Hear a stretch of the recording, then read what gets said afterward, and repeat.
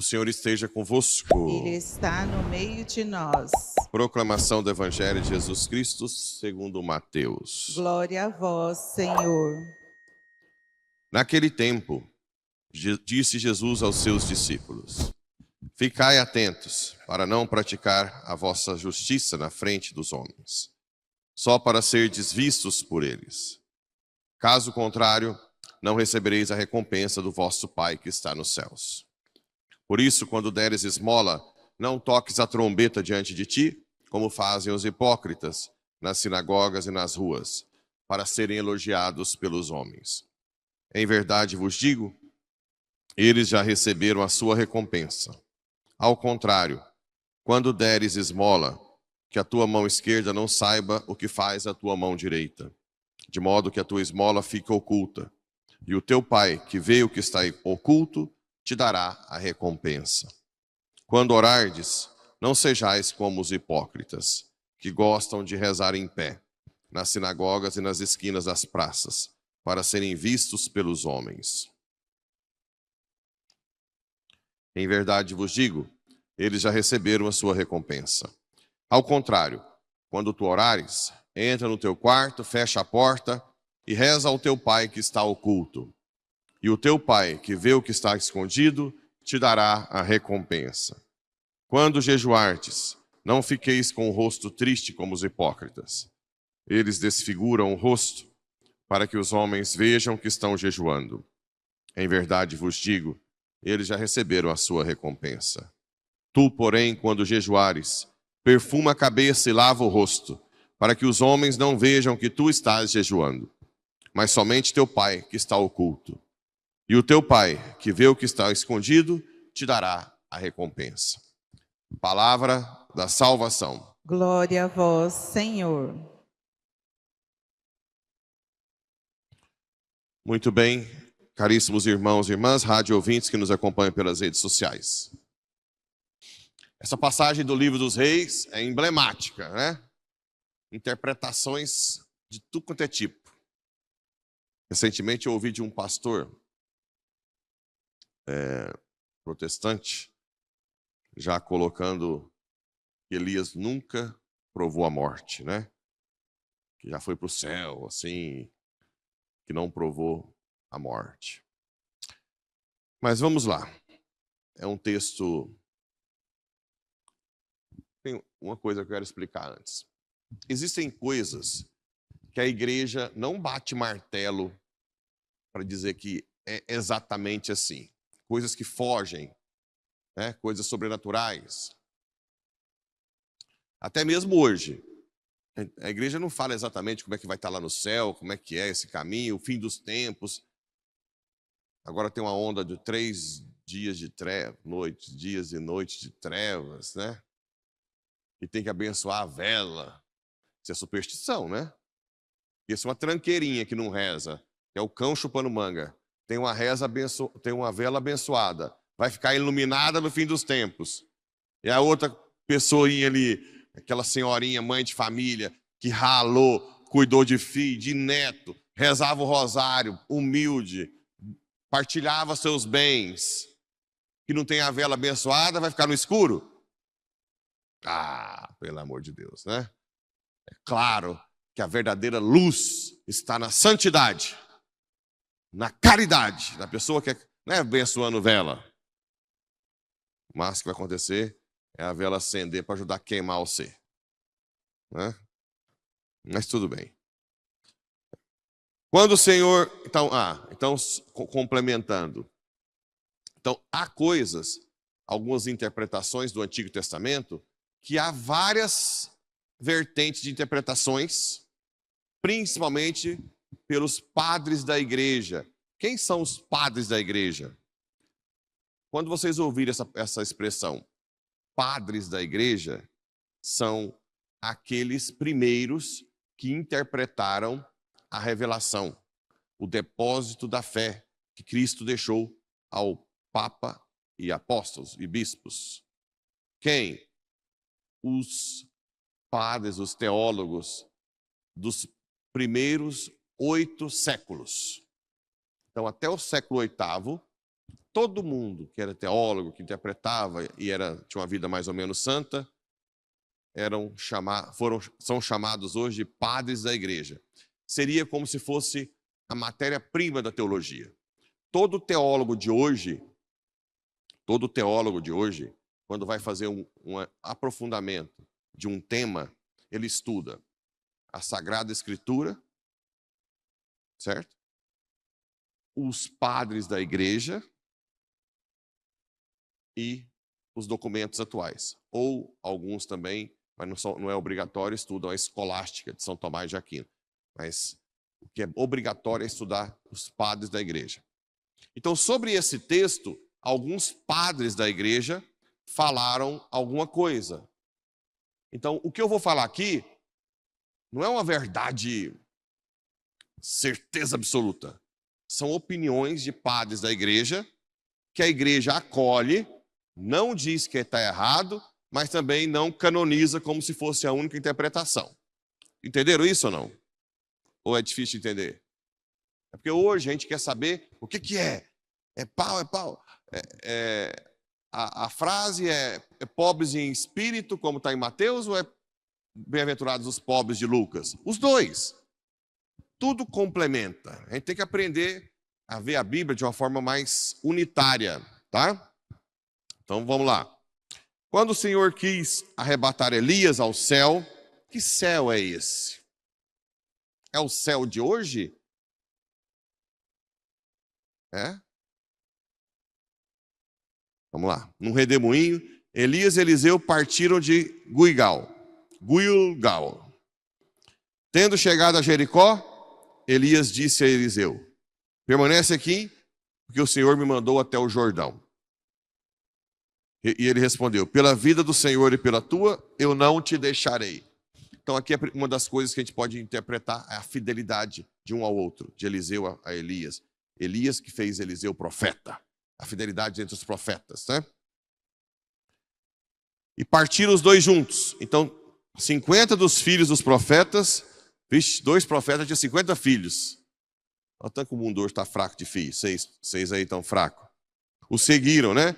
E ficaram parados à parte, a certa distância, enquanto os 2 chegaram à beira do Jordão. Elias tomou o manto e bateu nele nas águas, e as águas do Jordão se abriram.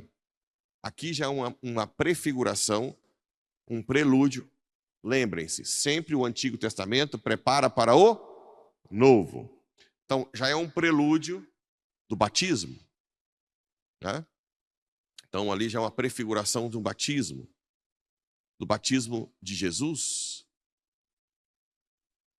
Qual é a diferença do batismo de João para o batismo de Jesus? O batismo de João era de conversão, e o batismo de Jesus, com a sua paixão, morte e ressurreição, já é um batismo de salvação com a infusão do Espírito Santo. Não é isso? Então, desceu o Espírito Santo. Então, olha, vamos lá, vamos pouco a pouco caminhando, olhando esse texto e olhando o Novo Testamento. Então, o batismo. Ora, qual seria a prefiguração da descida do Espírito Santo? Depois Elias fala a Eliseu: pede o que queres que eu te faça antes de ser arrebatado. E Eliseu pede que me seja dado uma dupla porção do teu espírito. Elias respondeu: tu pedes uma coisa muito difícil. Então o que Eliseu pediu? A força profética do espírito de Elias. E depois foi profetizado que Elias voltaria. Quem seria o Elias que voltou? João Batista. Mas não Elias pessoa, não é uma reencarnação, como muitos espíritas colocam, mas o espírito profético de Elias. Por que eu sei que não é uma reencarnação? Porque em João capítulo 2 perguntaram: tu és Elias? O que ele diz? Não, eu não sou. Mas em outra passagem Jesus diz: Elias, que deveria vir, já veio. É João Batista. Então são coisas diferentes, não são a pessoa, é o espírito profético, né? E aconteceu que enquanto andavam e conversavam, um carro de fogo e cavalos de fogo os separaram um do outro. Eu disse que no batismo de Jesus desce o Espírito Santo. Na abertura do Jordão, o batismo, agora desce a prefiguração do Espírito Santo. E arrebata Elias, não é isso? No redemoinho. Eliseu o via e gritava: meu pai, carro de Israel e seu condutor. Depois não o viu mais. Eu pergunto, para onde foi Elias? Aqui fala que foi para o céu. Que céu é esse? É o mesmo de hoje, que estão santos? Isso você já tem que saber, gente. Então, vou fazer outra pergunta para vocês. Antes de Jesus, alguém entrou no céu mesmo, no paraíso lá, junto de Deus? Ninguém. Quem nos salvou? Cristo. Um pecado já é suficiente para nos afastar de Deus total, porque nós não somos capazes de restabelecer a justiça diante de Deus. Só um que tem a mesma dignidade do Pai para restabelecer a justiça. Então, esse um chama-se Jesus. Até Jesus, ninguém entrou neste céu que nós falamos hoje. Aqui fala céu, mas não quer dizer que seja exatamente como é hoje, onde estão os nossos amados santos, Santa Teresinha, Santa Rita. Porque quem abriu o céu foi Cristo. Então, para onde foi Elias? Agora vamos pegar algumas interpretações do padre da igreja. Santo Irineu fala que é um lugar chamado tradução, onde os traduzidos, os tirados ficavam aguardando Jesus em corpo e alma. Seria um paraíso terrestre que aguardava Jesus. Ora, em corpo e alma, eu posso dizer que é uma prefiguração de Jesus e Maria, que são os únicos que estão em corpo e alma no céu. Certo ou não? Então, Belarmino também fala que é um local, um paraíso, que não é o mesmo paraíso que são os santos hoje, porque ninguém estava até lá, né?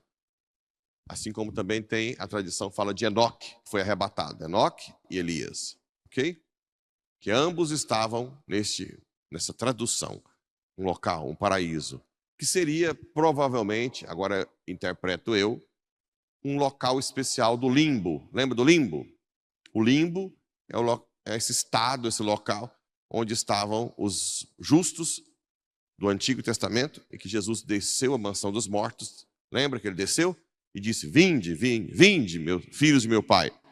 O céu está aberto. Vocês estão confusos? Mas não precisa ficar preocupado demais, não, porque são interpretações.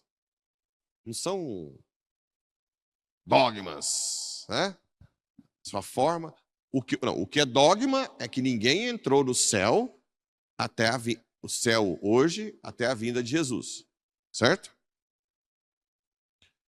Seguindo, apanhou o manto que Elias tinha deixado cair e, voltando sobre os seus passos, tacou à margem do Jordão. Tomou então o manto de Elias e bateu com ele nas águas, dizendo: onde está agora o Deus de Elias?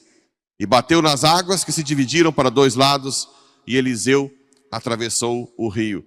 O Espírito de Elias, o Espírito Santo que vem com o batismo, ele recebeu a prefiguração do Espírito Santo que nós recebemos.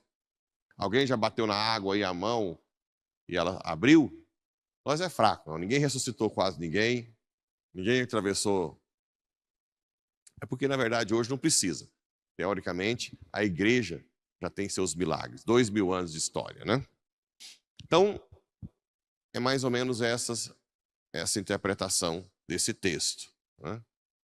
Que já foi interpretado de várias formas. Mas o que nós temos que ter na cabeça é que ele não foi para o paraíso que nós falamos hoje, onde estão os santos. Eles estavam no paraíso de antes da vinda de Jesus, e Santo Irineu chama de tradução, Belarmino fala até de paraíso, mas um paraíso terrestre. Quando nós chegar no céu, nós perguntamos para Jesus onde que ele estava, né? Muito bem. E o evangelho? Ficai atentos para não praticar a vossa justiça na frente dos homens, só para ser desvistos. Tem gente que gosta de aparecer aí? Não. Eu que ajudei tal coisa. Eu que comprei isso aqui, padre. Eu que doei lá. Tem ou não? Aqueles velhinhos que não é de igreja, bate papo, aqueles velhinhos ricos que tá morrendo. Você já tá vendo os verminhos no rosto dele assim, comendo. Aí você vai falar com ele, uns bem famosos da cidade, né? Gente, é o trem mais chato que tem. Eu já peguei uns 3 aí. Foi eu que fiz tal coisa. Bom Jesus praticamente foi minha família que fundou. A tal escola foi eu que ajudei a construir. A igreja foi eu que ajudei a construir, padre. Até hoje eu não falei, ó, tô vendo os verminhos te comendo aí, ó. Pensa no céu, trem, esquece do passado, né? Eu fui conhecer o presidente da República. Veio na minha casa, tomou café comigo. E daí? E agora para frente? Hã? Teve um que eu não aguentei. Eu falei, não, eu vou ter que sumir de perto desse homem, que eu não aguento mais. Senão eu vou ter que falar a verdade, né? Estou vendo a sua cova. Logo, logo você está morto. Tem que botar um choque de realidade. Quem não se prepara para a morte é um desastre o final de vida. Por isso que eu pego no pé de vocês para na hora da morte, você já está pulando na cova assim, de igual da de ponta. Né? Venha, covinha. Venha. Porque é o momento mais feliz da minha vida. Estarei em plena comunhão com o meu Senhor. Como Santa Mônica fazia. Me leva, Senhor. Né? Ou São Paulo, para mim viver é Cristo. Morrer é lucro. Né? Agora, imagina vocês aí. Eu que fazia essas festinhas. Né? Se eu tiver morrido antes, eu vou aparecer para você. Você vai morrer, trem. Né? Inclusive tem as camisetas também, né? Compra as camisetas, você vai morrer, que já resolve esse negócio. Esses velhinhos que ficam lá contando o passado que fez e não se prepara para a vida eterna. Né? Caso contrário, não recebereis a recompensa. Por isso, quando deres esmola, não toques a trombeta diante de ti, como fazem os hipócritas. Não aparecer quando você fizer doações. E não só isso. Às vezes, muitas vezes, Deus permite que quem você ajudou seja ingrato. Isso aconteceu muito comigo. Você ajuda uma pessoa e ela depois é muito ingrata com você. Principalmente se for da família, não é? Hã? Por que Deus permite isso? Para purificar o seu ato. Para que você tenha que receber recompensa somente de Deus. Então, se você fizer uma caridade e forem ingratos com você, louva a Deus. Fala, Senhor, eu te louvo e te bendigo, porque eu fiz caridade por causa de ti. E você vai receber uma recompensa no céu enorme. Porque o seu ato foi totalmente purificado. Né? Então, aquele ato de esmola foi purificado na ingratidão. E ficou só o seu ato belo diante de Deus. Então, não se esqueçam disso. Ao contrário, quando deres esmolas, que a tua mão esquerda não veja como a direita, né? Não veja que faz a tua direita e vice-versa. E o teu pai que está oculto te dará a recompensa. Tudo que você fizer de caridade, de amor, de bem, tenta não ficar falando muito, né? Às vezes eu tenho que falar, gente, que eu faço, para servir de exemplo na homilia. Né? Mas só de vez em quando que eu falo. Quando orardes, não sejais como os hipócritas, que gostam de rezar em pé. Lembrem-se que naquela época a religião judaica era assim, com a civil. Então era chique as orações judaicas, você quer dizer, era sinal de poder. Hoje não, né? Hoje muita gente que reza aí, o povo está doido. Você está, né? Agora só faz isso. Então, hoje mudou o contexto cultural. A mesma coisa o jejum. Aqui fala que o povo fazia questão de mostrar que estava fazendo jejum. Hoje não. Se você falar que está fazendo jejum aí, o povo fala que você está doido. Essa igreja tem lavar cerebral, não sei. Fazer jejum para quê? A vida já é tão difícil. Né? Para que essas bobagens masoquistas? Hoje o contexto cultural é outro. Então, dificilmente alguém vai se gabar aparecendo que está fazendo jejum aí. É mais fácil você ser criticado, né, do que elogiado. Quando jejuardes, não fiqueis triste, né? Em verdade, já receberam sua recompensa. E o teu pai, que está escondido, dará a recompensa. Então, a ideia central é que tudo que você faz a Deus, Ele vê. Inclusive vocês, mulheres, que reclamam dos maridos. Pelo que eu conheço a estatística dos maridos que elogiam as mulheres, 99,99% não elogiam. Mas 99,999 reclama quando o trem não está do jeito deles. Essa é a estatística, mais ou menos, né? Não elogia e reclama por qualquer coisinha que acontece, né? Então, mulheres que estão lá, acorda de madrugada, faz café para filho, faz café para tranqueirinha que não está nem aí para você, para ir lá para Goiás trabalhar cedo, né? Leva os meninos na escola, vem correndo para a missa, volta correndo para arrumar a casa, prepara a coisa agora do almoço. Aí chega o bom, o bonitão lá. Eu não gosto desse tipo de carne. Eu falei para você, né? Come lá, bicho. Tchau. Depois você ainda lava o prato dele. Busca os meninos na escola, já buscou antes. Prepara a tarefa. Isso por anos. Só levando bordoada. E ainda ajuda na igreja. Vem fazer fritar frango para festa. E o marido ainda fala que o que você está fazendo na igreja de novo? Você não sai de lá, trem. Hã? Então você que passa mais ou menos por isso, saiba, Deus vê tudo que você faz de esforço pela sua família e por Ele.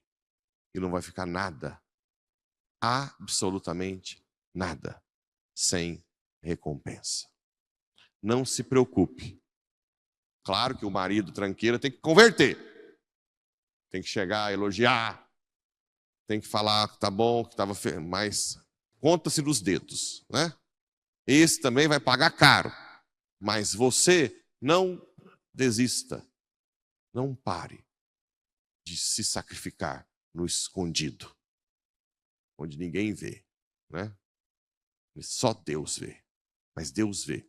Deus vê se você veio com dor de cabeça arrumar para a festa, ou ajudar no evento da igreja, se você veio com diarreia, toda hora você vai no banheirinho lá, mas mesmo assim está ainda ajudando. Deus vê tudo. Tudo, tudo que você sacrifica. E não vai ficar nada sem recompensa. Que Nossa Senhora, que sempre serviu no escondido, te dê força para não desistir, né? Você é a luz que ilumina o mundo. Você que está trabalhando aí, um sacrifício, com um monte de filho, e o marido ainda não... Ou pode ser o homem também que não é reconhecido, mas é mais comum mulher. Com tanta coisa, só leva na tarraqueta, né? Se você continuar firme, rezando, você vai iluminar o mundo inteiro. Que Nossa Senhora nos ajude a sermos